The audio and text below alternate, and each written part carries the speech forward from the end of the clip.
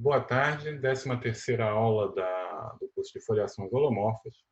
E hoje nosso objetivo é discutir a estrutura da decomposição de Zariski de foliações em superfícies. É claro que a decomposição de Zariski do fibrado canônico da foliação.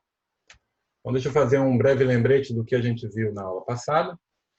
Então, a aula começou com a gente demonstrando essa proposição do Brunello, que caracteriza foliações que admitem uma curva racional nodal invariante, tendo apenas uma singularidade reduzida nela, e essa curva com autointerseção mais 3. E essa foliação são exatamente aquelas foliações, a foliação especial de Brunello.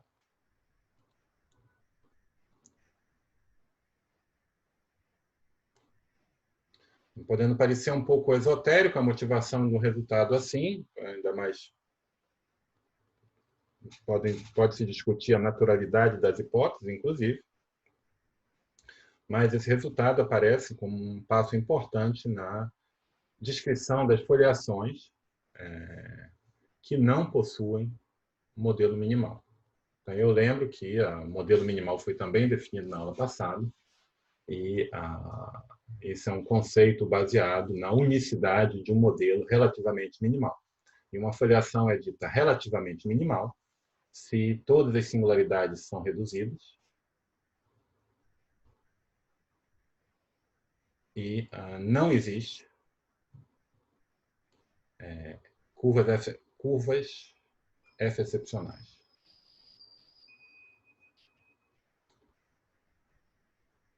Essas são exatamente curvas F invariantes, isomorfas a P1, com autointerseção igual a -1, tal que a blowdown.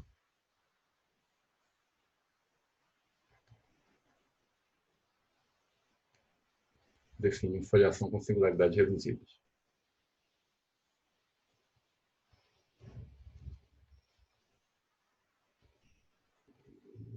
Então, a existência de modelo relativamente minimal é essencialmente uma trivialidade, uma vez que você observa que cada blowdown reduz o número de bits da superfície ambiente em 1.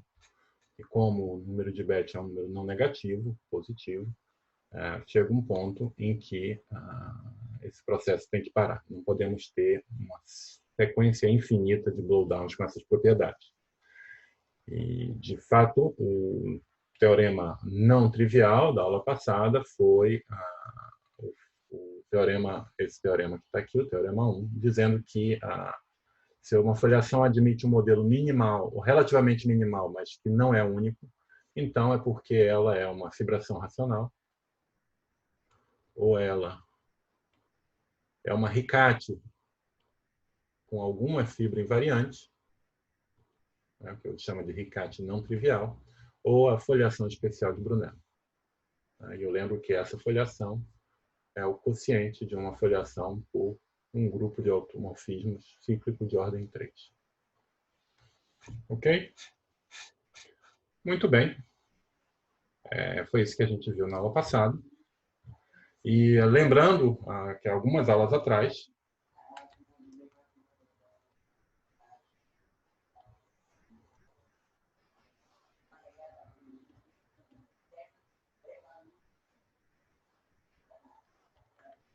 a gente viu que se eu tenho F em uma superfície x2 projetivo, F não é birracionalmente equivalente a uma fibração racional. Então, KF é pseudo-efetivo.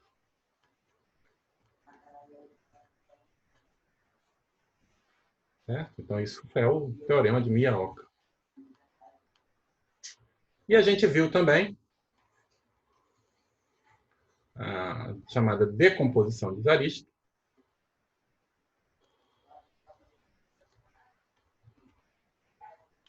que diz que o seguinte: se eu tenho L, fibrado linear pseudefetivo em uma superfície projetiva x2, então eu posso escrever L igual a P mais N, onde P é nef, aqui numericamente, B, N é um Q divisor efetivo, o P também é um Q divisor, não é um divisor de verdade, é um Q divisor, e C, P vezes N igual a zero. Tá bom? Então, o que a gente se propõe a fazer hoje é explicar, né? Não vou mostrar todos os detalhes, mas eu quero explicar a estrutura dessa decomposição, da decomposição de Zariski para o fibrado canônico de uma foliação relativamente minimal.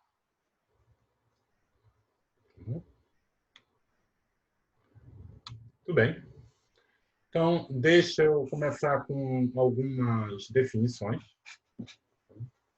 Então, vamos definir aqui o que o Brunellas chama de uma F-chain, né? Em português seria uma F-cadeia, que é a seguinte: eu vou pegar F, uma foliação, uma superfície X, e eu vou dizer que uma curva, essa curva que é, em geral, não necessariamente irredutível,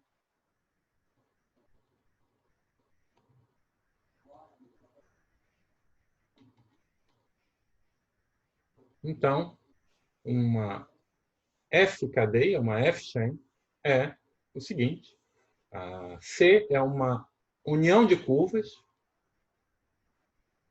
racionais,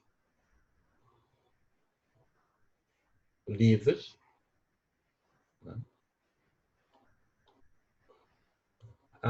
Além disso, o grafo dual é linear, é uma reta, é um segmento, né?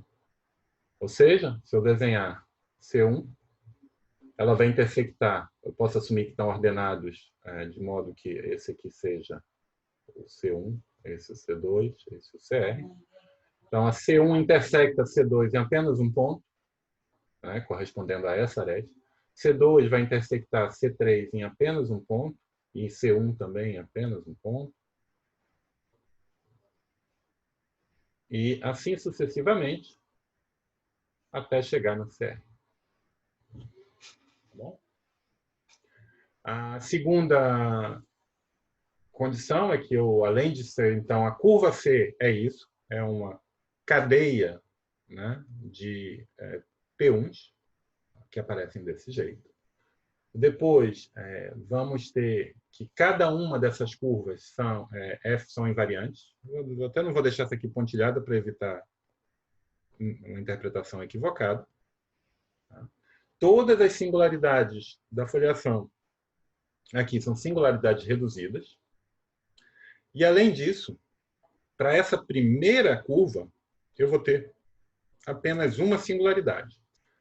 Para todas as outras curvas, eu vou ter exatamente duas singularidades da foliação, ou seja, aqui no final eu tenho uma singularidade extra. Então, por aqui vai passar uma outra separatriz. Eu estou assumindo que elas são reduzidas e não degeneradas, no sentido de que a parte linear é invertível. Isso é uma definição, é uma cadeia. Então, aqui tem um desenho esquemático, né? Mais ou menos o que eu fiz aqui. Isso aqui é o que eu estou chamando de handle. Essa curva, que só tem uma singularidade, você pode chamar de handle. E a última, ou melhor, essa separatriz que não pertence à curva, essa que eu estou desenhando assim, é o tail. Tá? O rabo da F-cadeia. Aqui a handle, talvez uma tradução seria a maçaneta da cadeia. Certo? E faltou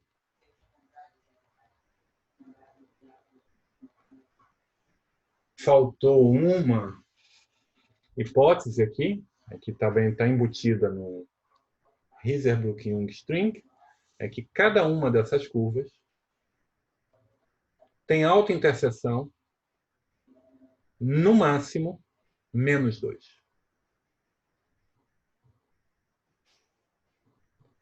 Perceba que, dado a configuração, se eu conheço as autointerseções, eu conheço o quociente de autovalores de todas as singularidades. Né? Isso porque eu posso aplicar a Camacho-Sade para C1, calcular o quociente de autovalores aqui. Na outra direção, como a singularidade é não degenerada, o Camacho-Sade é o inverso, e aí eu uso para calcular esse, e por aí vai. Então, você verifica que, na verdade, cada uma dessas singularidades vai ter a parte linear com quociente de autovalores racional negativo. E note como a primeira folha que aparece aqui é um C, né? Eu tirando, fica P1 menos um ponto é C, que é simplesmente conexo. Então, essa singularidade tem integral primeira, a holonomia é trivial, e segue que a holonomia da inversa, da outra direção, é finita, e, novamente, como um caminho aqui é homotópico a um caminho aqui, essa aqui também vai ser finita. Então, todo mundo, na verdade, vai ter integral primeira, e o ponto é que você consegue construir uma integral primeira em toda uma vizinhança dessa cadeia.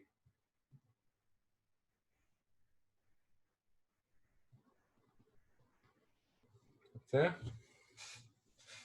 Então, vocês podem estar, nesse momento, se perguntando por que essa configuração se chama Hirzebruch-Young. Né? Então, uma parte da história, né, não vou contar a história toda, porque eu também não conheço, mas é que a tese de doutorado do Hirzebruch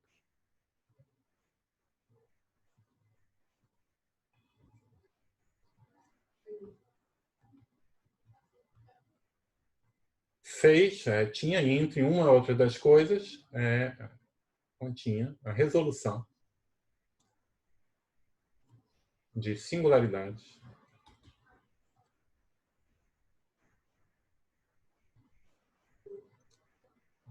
quocientes em superfícies. Então, um exemplo bastante simples são as singularidades de quocientes cíclicos.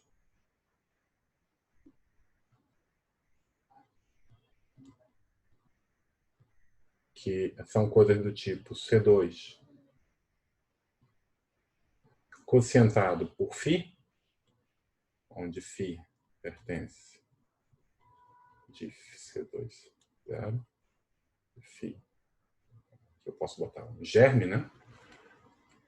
Um exemplo de singularidade quociente é isso, C2 quocientado por um elemento de ordem finito.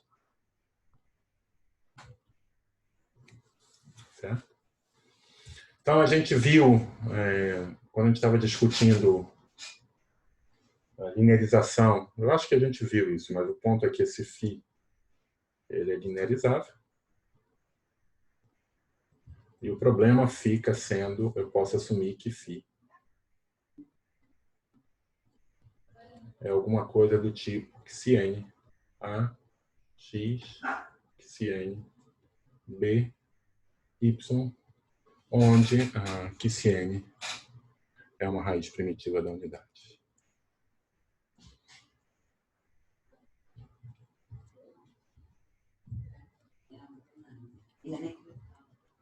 E o que o Hirzebruch mostrou é que a resolução dessas singularidades, resolução minimal,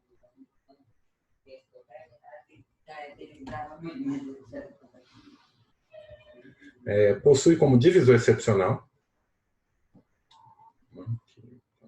S0, vamos dizer assim. Então, aqui eu vou ter X, o indivisor excepcional é. Então, é o suporte de E.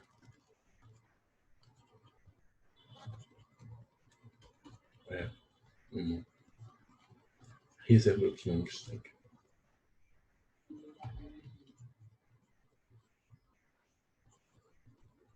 É exatamente desse tipo. E, reciprocamente, se eu tiver uma configuração desse tipo, a contração dela vai me dar uma superfície singular, que é biolomorfa a um quociente de C2 por um grupo cíclico. C2,0, né? Como G. Tá bom? Então, aqui está um desenho esquemático desse fato. Né? Quando eu contraio a minha cadeia de Hiselbrück-Jung, é sempre possível contrair. E aqui o que eu obtenho é uma superfície que é singular, mas singular do tipo ZNZ. E a separatriz que estava passando aqui, pela cauda, vai virar uma separatriz dessa foliação nessa superfície singular. Então, lembra que isso aqui é, novamente, uma versão bastante particular e concreta do teorema da separatriz do Camacho. A versão do Camacho. Tá bom? Então, isso é uma F-cadeia, uma sequência de P1s se intersectando, como nesse esquema, com um deles com apenas uma singularidade e todos os outros com duas singularidades. E eu vou pedir que toda a foliação se deixe invariante cada uma dessas curvas e as singularidades da foliação também só tenha uma na primeira. Em todas.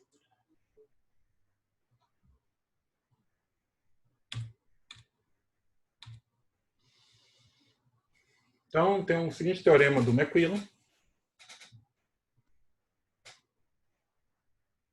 que diz o seguinte: eu vou pegar F, uma foliação relativamente minimal numa superfície. Tá? Então, lembra que isso implica que ela é reduzida.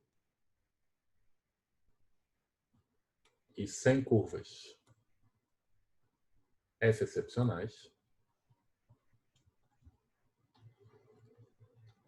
Assumir, definido que está numa superfície algébrica, projetiva X. Tá? Vamos assumir que F não é uma fibração.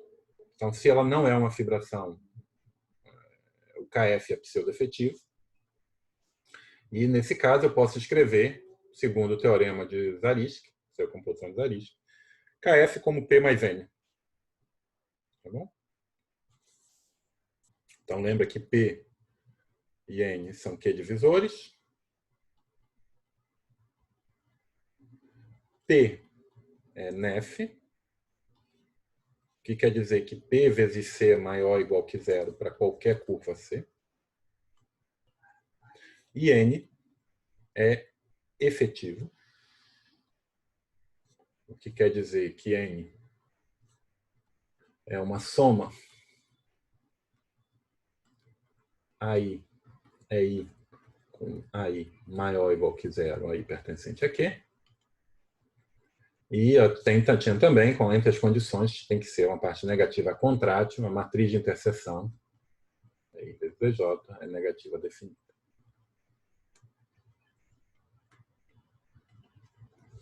Tá bom? Então, o teorema diz que o suporte de N, né, ou seja, a união das curvas com coeficiente estritamente positivo, é uma união de F cadeias. Então, essa é a conclusão. O suporte de N é uma união de F cadeias. Então, tem outra parte que não está enunciada aqui, mas que é importante também, além disso.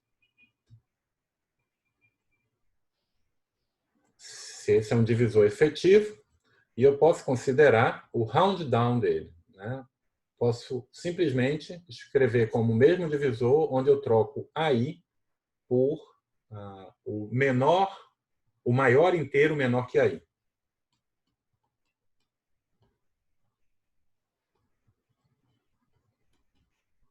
E esse cara é zero. Ou seja, o que eu estou dizendo é que os AIs são todos estritamente menores do que 1.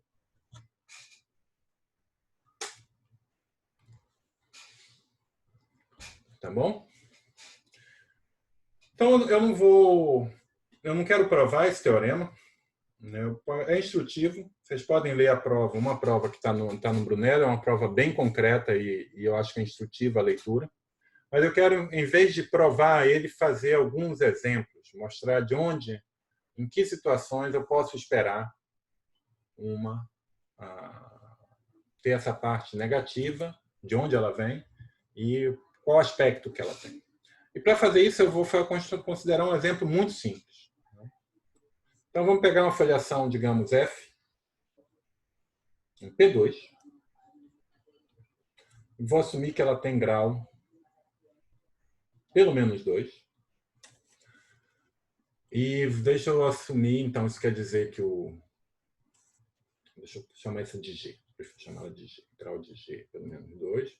Ou seja, o canônico de G é amplo. Porque lembra que isso é OP2 grau de G menos 1. Esse cara é amplo. Eu vou assumir que todas as singularidades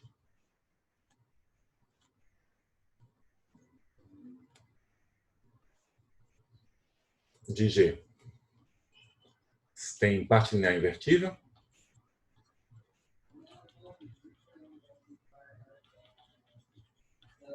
E a G possui apenas uma singularidade não reduzida.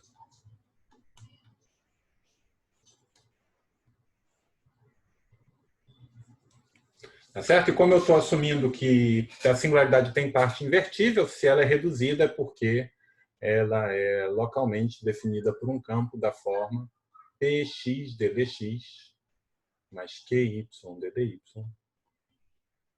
com P e Q maiores ou iguais a 1.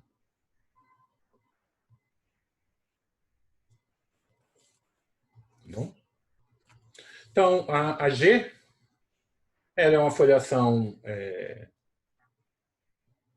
Vou assumir mais uma coisa. Depois vocês podem até perguntar se existe uma foliação com todas as propriedades. Em algum momento eu posso provar para vocês que existe, e mostrar como se prova esse tipo de resultado. Mas vamos assumir que G não possui curva algébrica invariante.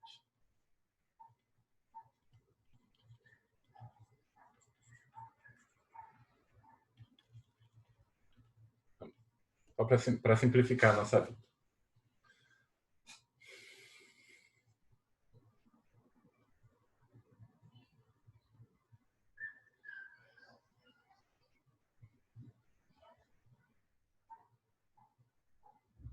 Não, não, porque eu quero também incluir alguns exemplos, eu vou ter que tirar essa hipótese. Calma aí. Vou assumir... eu vou fazer essa hipótese depois, deixa ela aparecer depois, desculpa. Esqueçam essa hipótese por um segundo. Tá bom?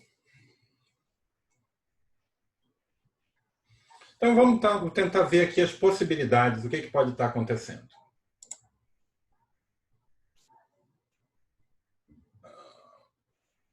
Então, o primeiro caso que eu quero estudar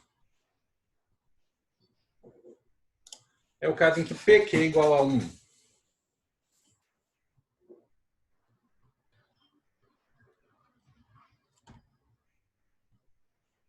Então, essa singularidade é simplesmente uma singularidade radial. Certo? Quando eu faço blow-up, vai aparecer um divisor excepcional que não é invariante e a foliação ela vira alguma coisa assim. Eu vou chamar F a foliação π estrela de G. E pelas minhas hipóteses, como essa é a única foliação não reduzida e quando eu explodi ela sumiu, a KF tem singularidades reduzidas.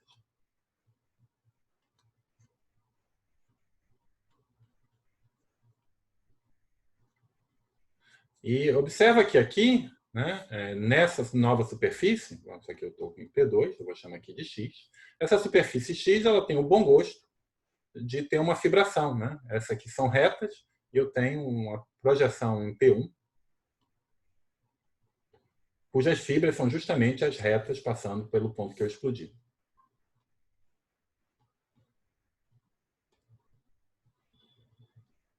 Então, vou denotar por E esse divisor excepcional e vou denotar por F uma fibra de F. Observa que quando eu faço π estrela de uma reta, ou do π estrela de OP2 de 1, isso é linearmente equivalente a O de X E mais F. Que quando, se eu escolher uma reta passando pela origem, quando eu faço o pullback dessa reta, vai me dar uma fibra vezes ou junto com o divisor excepcional. Então, isso aqui é linearmente equivalente. Portanto, π estrela. Portanto, KF, eu posso escrever. Eu sei que isso é π estrela de KG mais 1, menos, perdão, mais 1 menos 1 divisor excepcional. O L nessa situação é 2, e aqui o que aparece é 1 menos L. Ok? E, portanto, KF vai ser igual a 1 a grau de G, ou vai ser numericamente equivalente, a grau de G menos 1 vezes F, mais grau de G menos 2 vezes E. Usando esse fato. Certo? Então, o que você vê é que KF é sempre nef. Tá? Para verificar isso, você pode, por exemplo, intersectar ele com E. Você vê que vai dar mais 1.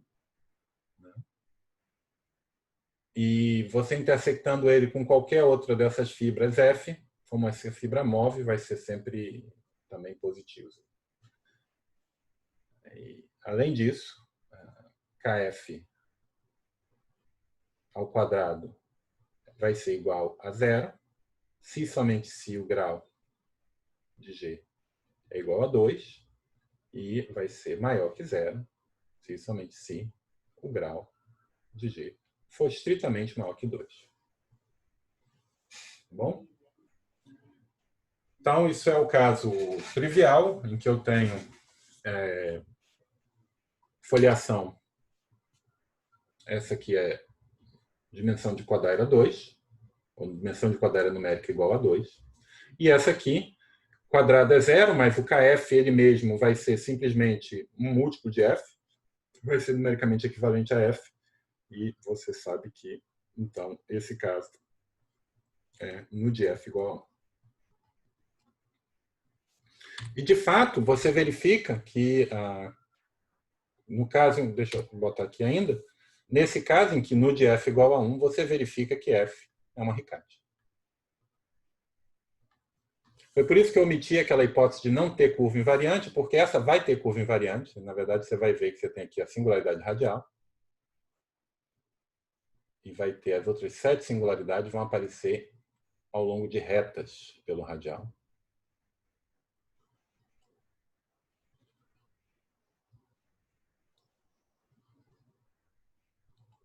Certo? Que quando você faz a explosão, fica com esse desenho. Tá bom? E nas outras, de fato, dá para ver que não tem curva invariante. Mas aqui, como já é nef, ele mesmo já é a própria decomposição de Zariski. Tá bom? Nesse caso, não vai aparecer, a parte negativa é 0. Então, vamos continuar e vamos ver mais um exemplo. Caso em que P e Q é igual a 1,5, a 1,2. Quociente de alto valor 1,5. Então, o que você vê, quando você olhar para a singularidade, é uma coisa desse tipo. Né? Então, tem integral primeira do tipo y sobre x2 igual a constante. E a resolução é um pouco mais complicada. Né? Quando você faz um blow-up, o que você vai ver vai ter um divisor excepcional. Essas duas curvas que estão, as retas aparecendo ali, vão sumir. E você está vendo que esses caras são tangentes a uma desses eixos, então eles vão aparecer aqui.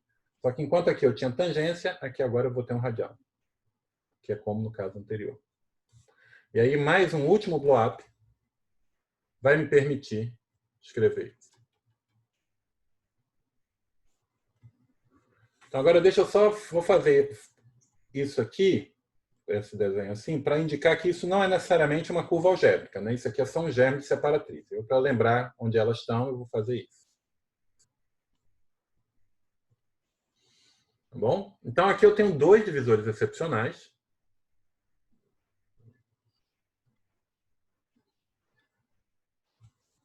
Tá certo? E se eu chamar isso aqui de π1, então aqui eu comecei com a G, eu vou chamar isso aqui de G1, vou chamar o resultado da foliação de G2, que vai ser a minha foliação final.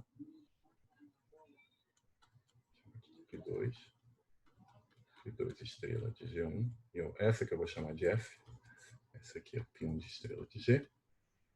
Eu posso descrever o canônico. Né? Então, vamos simplificar para não ficar com um monte de coisas de grau. Vamos olhar aqui o canônico, que era, vamos supor que ele é uma foliação de grau 2 agora, um OP2 de 1. Tá bom?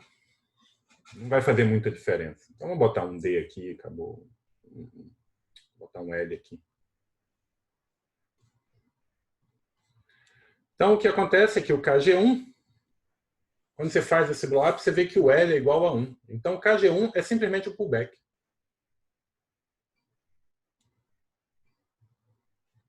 Pode chamar aqui de X1, X2, O de X1, pullback de L. Não tem correção, porque o L é 1. E aqui vai ter uma correção.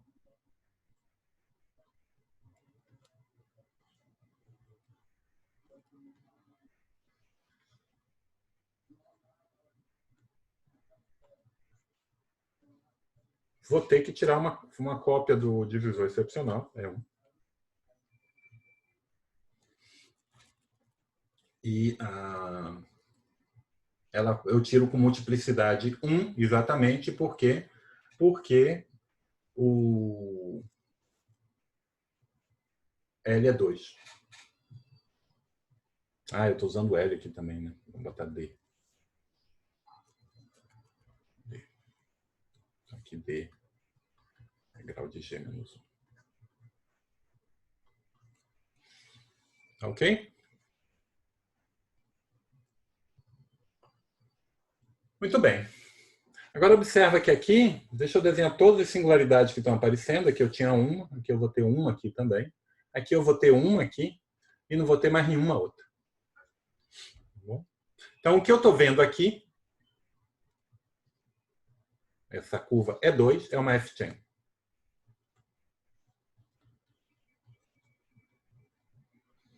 Com um único elemento. Mas é uma F-chain, porque aqui você só tem uma singularidade, tá certo? E não tem nenhuma outra singularidade da F. E, de fato, quando você fizer KG1 ou KF vezes E2, o que eu vou obter? Eu vou obter menos a característica de Euler de E2, mais E de F com E2, que é simplesmente menos 2 mais 1, que é menos 1. Se eu quiser, eu posso usar essa fórmula também. Quando eu vou olhar, então, isso aqui vai ser π2 estrela, chamar a composição de π igual a π1 composto com π2. Quando eu fizer π estrela de OP2 de D vezes E2, isso é 0. E, ao mesmo tempo, E1 vezes E2 se intersectam num único ponto, é igual a 1. Calculando com essa fórmula, também dá o menos 1. Certo? Então, você vê que é uma curva que é negativa, é uma obstrução. Então, E2 é obstrução para KF ser nef. E quando você explode, quando você tenta escrever KF igual a P mais N, se você assumir que a suma que não tem uma, F não possui curva algébrica invariante diferente de E2, para eu poder escrever isso, eu tenho que resolver duas equações. Eu tenho que resolver que N vezes E2 tem que ser igual a menos 1. E, ao mesmo tempo, o N tem que ser um múltiplo A de E2. Porque essa hipótese ele tem que estar suportada em Hirzebruch e Jung strings, e se eu estou assumindo que não tem mais nada, essa é a única.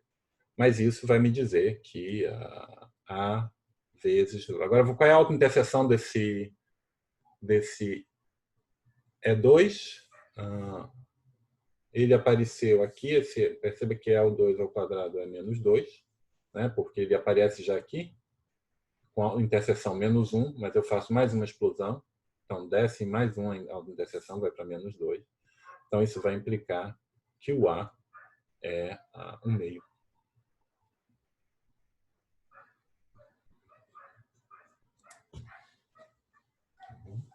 Então, nesse caso, a decomposição de Zariski é simplesmente KF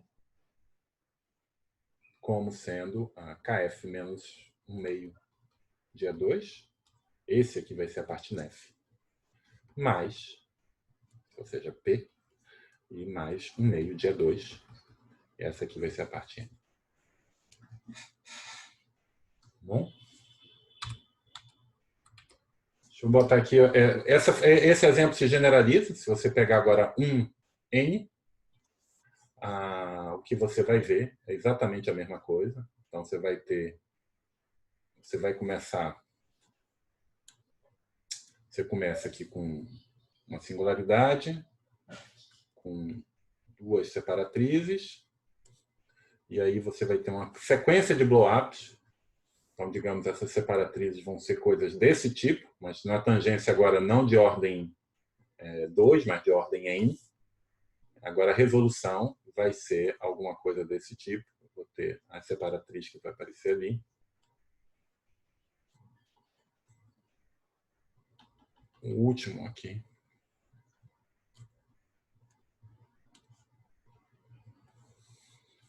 Digamos, se vou ter agora toda uma N-1, e aqui é uma. Mudei um pouco a notação, a convenção. E as singularidades vão estar só aqui.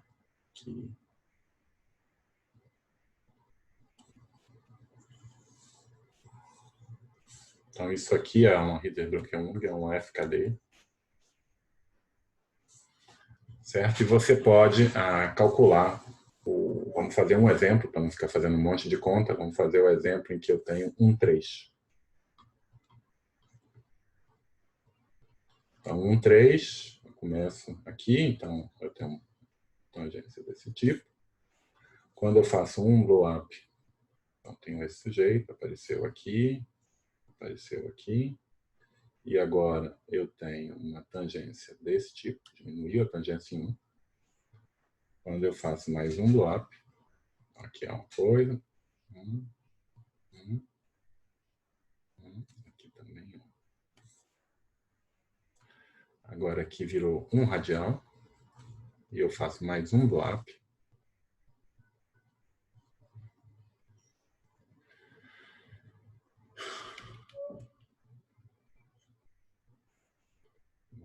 Eu vou chamar esse divisor aqui de E1, esse de E2. Então, fazendo a conta, você vê que se eu chamar F, eu vou chamar esse aqui de E0.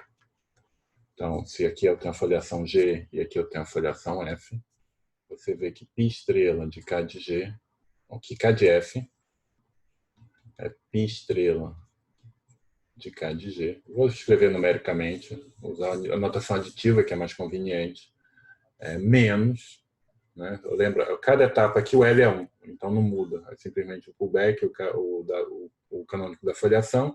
Na última etapa, que você tem que fazer uma correção, então esse aqui vai ser π estrela de KG menos o E0. E agora eu tenho que resolver, vou escrever N igual a A1 é 1 mais A2 é 2. E eu preciso que N vezes E1 seja igual a KF vezes E1, que vai ser justamente menos 1. E N vezes E2 igual a KF vezes E2, que tem que ser igual a 0. Daqui eu vou tirar uma expressão para o... Então, isso aqui tem que marcar as autointerseções. Então, aqui esse tem autointerseção menos 1, que eu explodi uma vez. Aqui passa a ter autointerseção menos 2, ou menos 1, esse é o divisor excepcional, e essa virou autointerseção menos 2. E agora cada um aqui tem autointerseção menos 2. Então, fica menos 2 a 1, mais a 2. E isso aqui é A1 menos 2 a 2. A gente pode resolver essa coisa. Se eu não me engano, vai dar... Vamos resolver, né?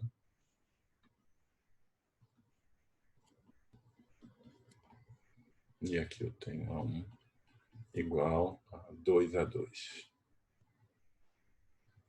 Então, aqui eu fico com menos 4 a 2, mais A2 igual a menos 1. Então, eu fico menos 3 a 2 igual a menos 1. Então, o A2 é igual a menos 1/3 e o A1 menos 2/3. Mais, né? Então, a parte negativa é isso. 2/3 de E1 mais 1/3 de E2. Bom, nesse exemplo concreto. E aqui, é claro, estou assumindo que essas curvas que estão aparecendo aqui não são parte também da curva da Hiserbrook Unit String. E a gente poderia continuar fazendo exemplos, é instrutivo, eu recomendo que vocês façam pelo menos um exemplo em que ambos os números são maiores que 0, por exemplo, 2, 3. Porque a resolução é algo assim, né? Eu tenho aqui uma cúspide, aí eu faço a explosão. Essa cúspide vai virar uma tangência com divisor excepcional. E aí você faz uma explosão.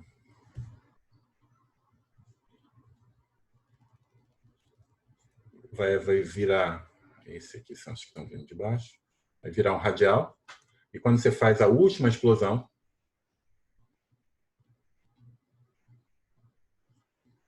você agora tem, no lugar de uma Hiserbrook Young String, apenas você vai ter duas. Uma com autointerseção menos 3, acho que essa que eu explodi mais, e outra com autointerseção menos 2.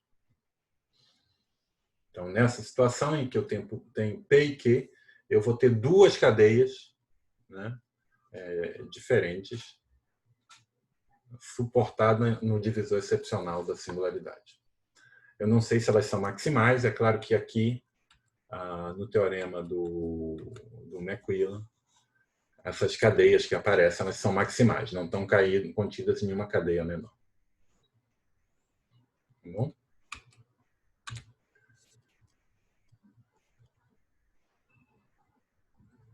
Então, deixa eu discutir, né? Eu estou com essa ideia de não mostrar o teorema que a gente acabou de anunciar, mas de dar um pouco da intuição e da ideia das propriedades que essa coisa aparece. Então, deixa eu definir também o que eu chamo de ordem de uma cadeia de Hiserbrook Young maximal. E essa ordem vai ser simplesmente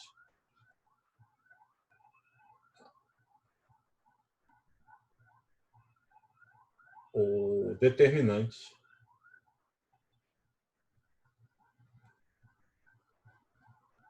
de menos a AI EI vezes EJ. Isso aqui é a ordem de uma HJ Hildebrand-Young cadeia maximal. Bom, então essa definição é um pouco vem da teoria, né, do Hildebrand, que vai dizer que nessa situação a contração da cadeia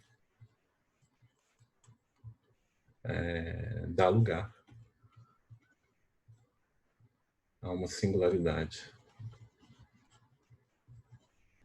com a singularidade C2 dividido por Z sobre Z. Uma singularidade que é um quociente cíclico de ordem O.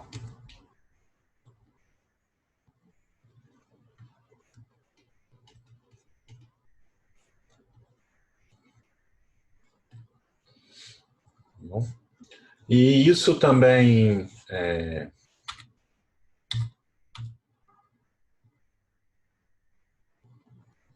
tem uma outra interpretação, né, que essa ordem O, também é o denominador dos coeficientes de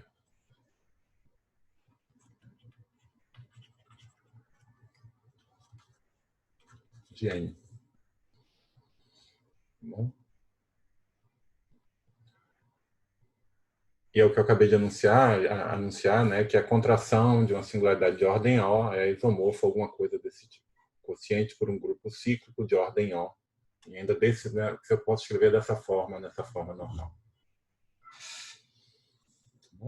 Então, quando eu tenho uma foliação, eu vou ter as várias Hildebrand-Young strings. Ninguém falou que são únicas. Então, aqui as singularidades.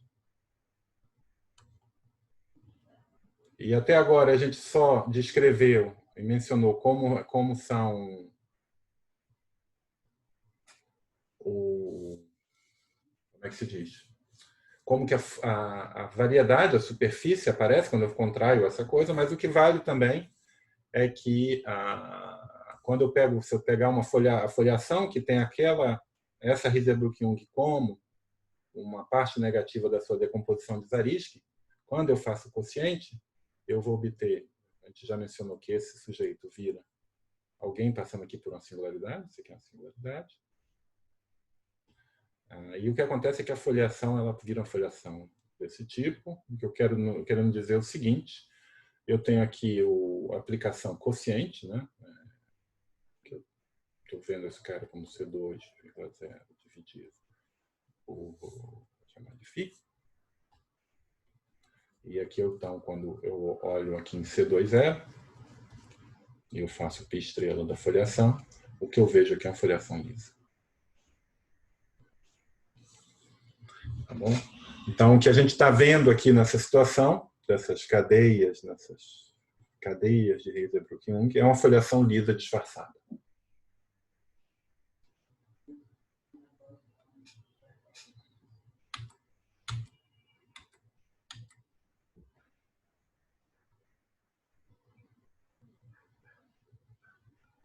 Só para dar uma ideia de como é que essas coisas podem funcionar juntas, né? E com essa interpretação aqui, o que eu vou enunciar agora talvez fique mais natural.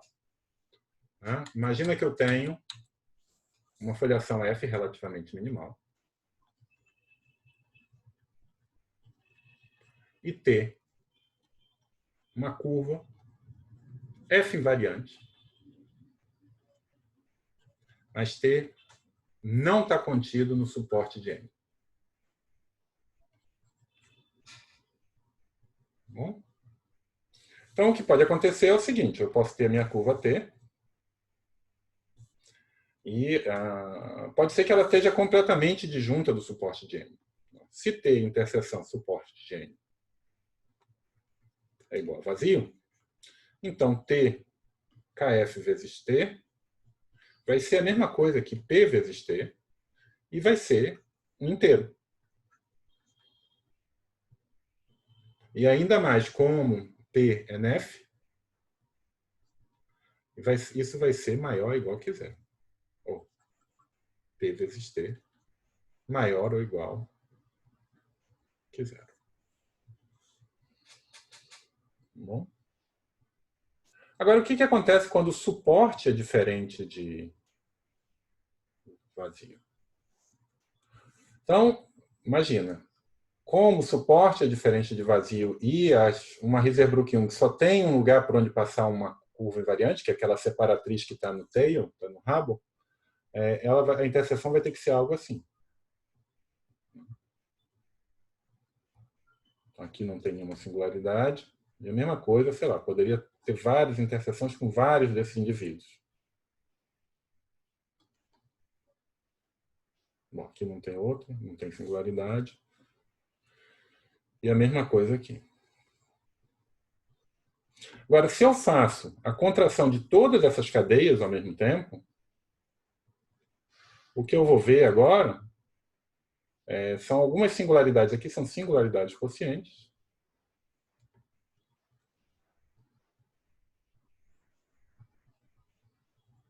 E a minha curva T virou alguma coisa passando por essas singularidades quocientes.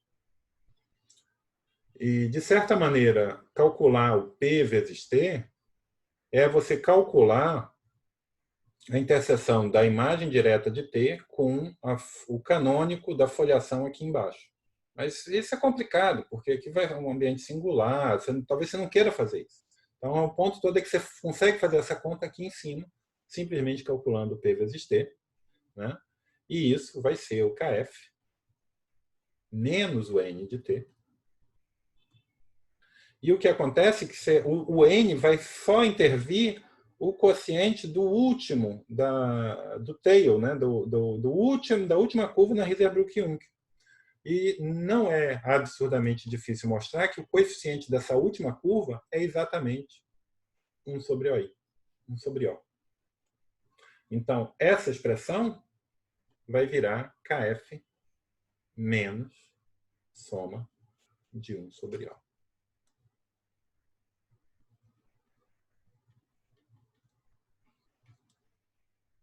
Bom? O que não é necessariamente um inteiro. A única coisa que você vai poder dizer é que P, e aqui, aqui você consegue dizer que se P de T for maior que zero, então P vezes T é maior ou igual que 1. Aqui você vai conseguir dizer nada. Se P vezes T for maior que zero, em princípio... Ah, não, você vai conseguir dizer alguma coisa. Mas, bom, já fica uma coisa menos trivial. Eu acho que o menor possível é 1 sobre 42. Nesse caso, que você vai conseguir P vezes T maior ou igual que 1 sobre 42. Bom, para mostrar isso tem que trabalhar, não é óbvio. Né? Tá bom? Só para dar uma ideia de como essas coisas funcionam juntas. Tá bom?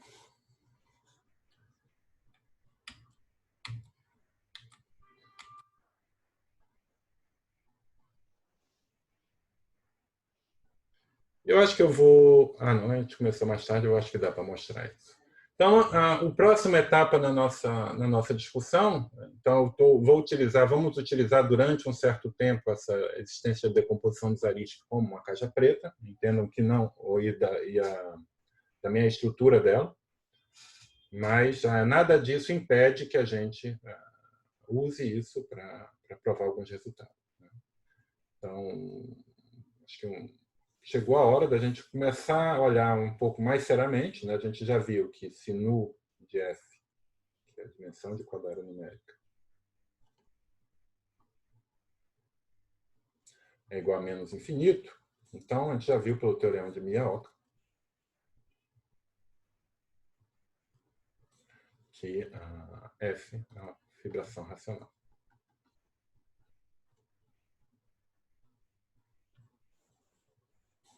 Então, vale também que quadrada de f é infinito, isso é óbvio. É menos infinito. E aqui f é uma fibração racional que está longe de ser óbvio. Né? E o que acontece nas dimensões maiores? Né? Então, o teorema acima está dizendo que f é essencialmente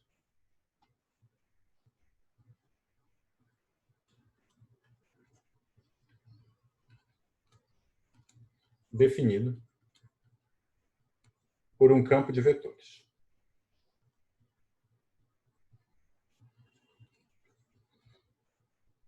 É claro que o que quer dizer isso essencialmente? É o que está explicado ali. Né? Você começa com f em x, f relativamente minimal. E com nu de f igual a zero. Então, o que ele faz é que existe π, aqui um recobrimento ramificado, uma variedade y, e depois uma sequência de contrações em y, para a variedade z. Então, isso aqui é um morfismo birracional. Ou seja, uma composição de contrações, tal que a π estrela de f, π estrela de f, p estrela de f é definida por um campo holomorfo. Campo holomorfo global, ou seja, tem tangente trivial. Isso aqui é a mesma coisa que dizer, vou chamar isso aqui de G. Isso aqui é dizer que o TG é ao dizer.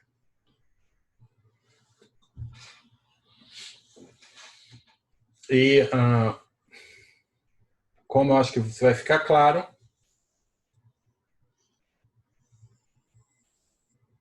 isso é essencialmente uma consequência direta não, mas é uma consequência do teorema que a gente viu sobre a estrutura da parte negativa, combinado com os truques que a gente viu da aula passada de recobrimento. Tá? Então, deixa eu dar uma ideia de como isso funciona. A primeira coisa, vamos supor que o caso interessante, o mais interessante, é quando o H1 de x, O de x, é igual a zero. Porque quando o H1 de x, O de x é diferente de zero, eu tenho uma forma holomorfa e eu posso restringir a forma holomorfa à foliação para gerar uma seção do canônico, e vai ter dois casos. É mais simples. Tá? Vocês podem ler no livro como é que funciona, que essencialmente, no caso, você compara a sua foliação com a Albanese e o conclui a partir daí. Vira um problema sobre fibração elíptica, que segue da teoria bem desenvolvida de fibração elíptica. Então, vamos olhar esse caso, que é H1 de x, O de x igual a zero. Então, o bacana nesse caso é que se eu tenho D, um divisor que é numericamente trivial, então, D é torção. Então, existe M tal que MD é linearmente equivalente a zero. E se eu assumir, sei lá, que o D é efetivo,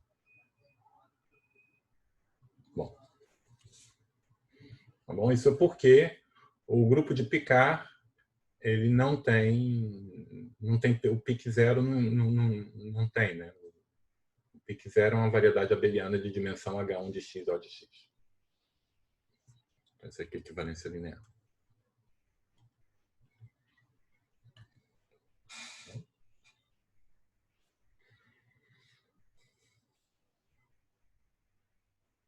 Então, vamos ver. Eu sei que o KF, então eu tenho F relativamente minimal.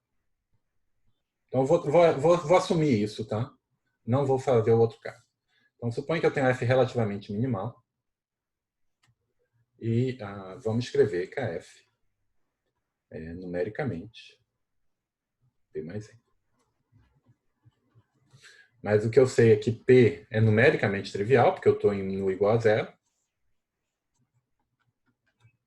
O que me diz que existe um M, tal que kf é igual, linearmente equivalente ao mkf a mn.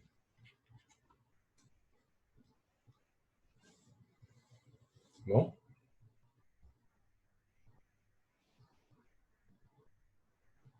Agora, se m for igual a 1, bom, digamos, se em particular, como esse sujeito é efetivo, H0 de x kf tensor m é esse tal m, e isso é igual a 1. Então, esse m é o menor inteiro, natural, tal que. Então, vamos ver o que acontece quando m é igual a 1. Suponha que m é igual a 1. Certo? Então, eu já estou dizendo que o kf é n, ou seja, que eu tenho uma seção de kf que se anula exatamente em n. Mas lembra, n tem coeficientes, os coeficientes de n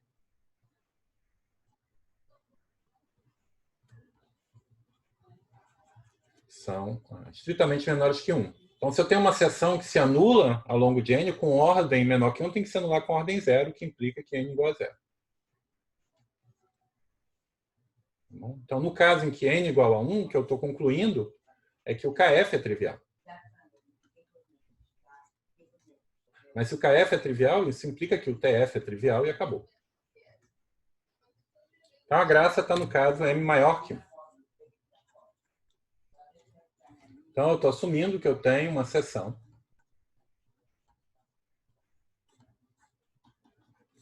e que H0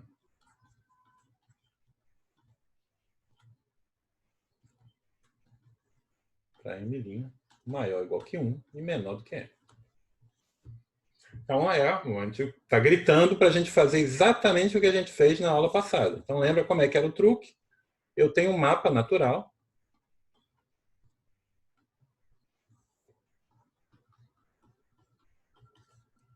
Né, que é elevar a potência m. E aqui, eu tenho o espaço total dessa beleza.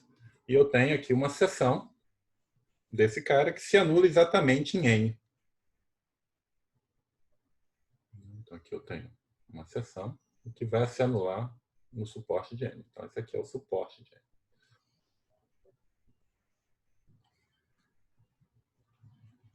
Isso aqui é o gráfico de seção.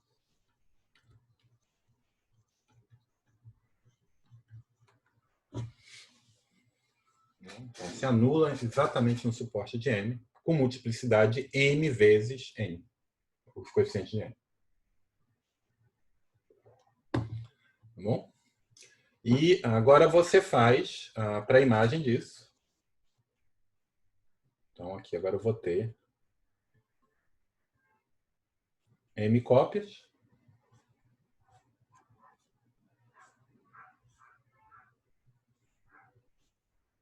Então, sobre esses pontos, vai ter uma situação um pouco mais complicada. Mas perceba, a gente conhece muito bem o suporte de n. A gente sabe que o suporte de n são curvas racionais e só vai ter, no pior, cruzamentos normais. Então, o que você verifica é o seguinte, é claro que quando você faz a pré-imagem, você obtém uma variedade que não é normal, tem singularidades em codimensão 1. Então, você tem que separar esses ramos.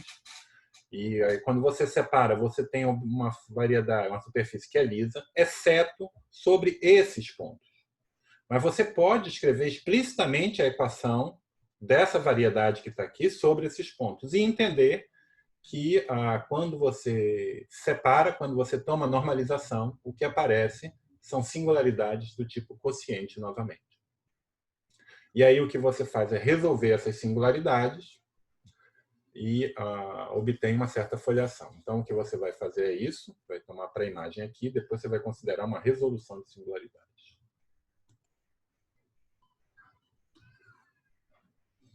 E aqui, então, você vai ter uma certa foliação H, com certas curvas invariantes. E o que é uma conta que é chave você fazer, que é importante, mas que é fácil de fazer, uma vez que você entende como todo esse processo se comporta localmente, você mostra que a π estrela de KF é igual a KG. Não tem que fazer nenhuma correção. O KF é justamente o π estrela de KG. Essencialmente porque essa aplicação, apesar de ser um recobrimento, bom, é uma composição de um recobrimento ramificado com uma resolução, ela só ramifica e só contrai curvas invariantes que vão ser mapeadas em singularidades reduzidas. E o que é singularidades canônicas que aparecem aqui. E aí o que acontece é que você tem essa forma. Tá bom?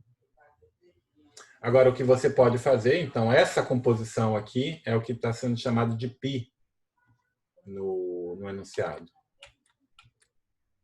Esse é o π. Então, esse aqui, que eu acabei de fazer, que é o y. Agora, o que acontece é que, apesar de ter essa propriedade, essa foliação aqui não é relativamente minimal. E aí você passa para o modelo relativamente minimal, que esse é o P que você vai parar no Z, com a foliação G. Agora, se a gente pensar para que a gente construiu esse sujeito, para que a gente construiu esse recobrimento, a gente reconstruiu esse recobrimento justamente para que essa seção de KF, que é uma seção multivaluada, né? Eu posso pensar isso como tem uma seção da potência m, então eu tomando uma raiz mésima dessa seção, eu tenho uma seção do KF, mas é uma seção que é multivaluada. A gente faz esse recobrimento para que essa seção multivaluada possa ser definida. Então, por construção, quando eu faço essa construção, o π estrela de KF passa a ter seção.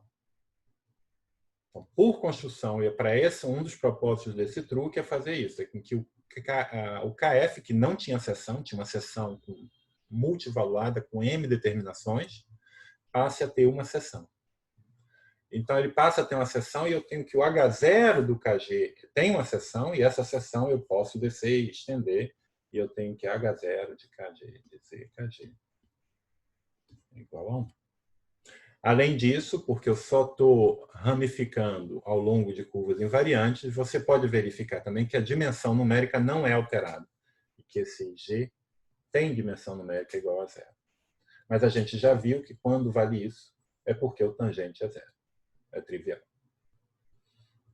Então, essencialmente esse é o argumento da classificação de foliações com dimensão numérica 0, é um teorema do McQueen. Tá certo? E uma consequência é que no F igual a 0, implica que a codaira de F também é 0. Eu produzi uma seção, né? Produzi uma seção da potência mésima. Eu não mostrei nesse caso, que é o caso que produzir a seção precisa de um argumento no caso da fibração elíptica. Mas, como eu falei, isso é a teoria clássica de fibrações. A gente está mostrando essa coisa. A gente conseguiu mostrar isso. Tá bom? Era mais ou menos isso que eu queria contar hoje. A gente já está cobrindo, tá? Isso está nos últimos capítulos do livro do Brunello. E a gente continua semana que vem.